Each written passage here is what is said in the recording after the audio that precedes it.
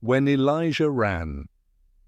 The sky was heavy with silence as Elijah fled into the wilderness, his feet kicking up dust with every desperate step. The great prophet, once fearless, bold, the voice of God to kings, was now running for his life.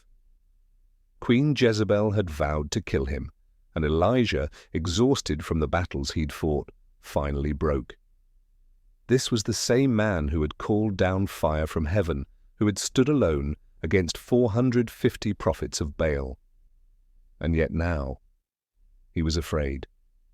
Alone in the wilderness, Elijah collapsed under a broom tree and whispered the words no prophet should ever say, "I've had enough, Lord, take my life." But God did not scold him. He didn't say, "Get up, toughen up, be a man." Instead, God sent an angel. While Elijah slept, the angel gently woke him. "Get up and eat," the angel said, placing warm bread and water by his head. Not once, but twice, the angel came, not to give commands, but care, because even warriors need rest, even prophets need to be reminded that they are human. Then Elijah traveled for 40 days and nights to Mount Horeb. There, in a cave, he waited. Maybe for answers, maybe for a reason.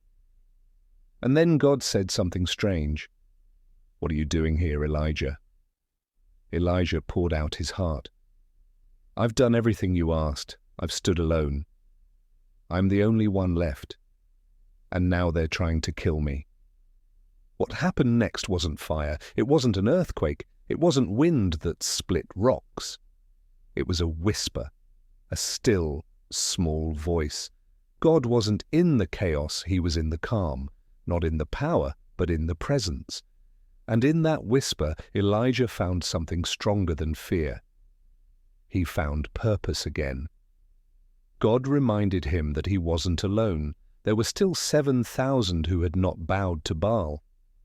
God gave him new instructions, a new mission, and a companion, Elisha, to walk with him.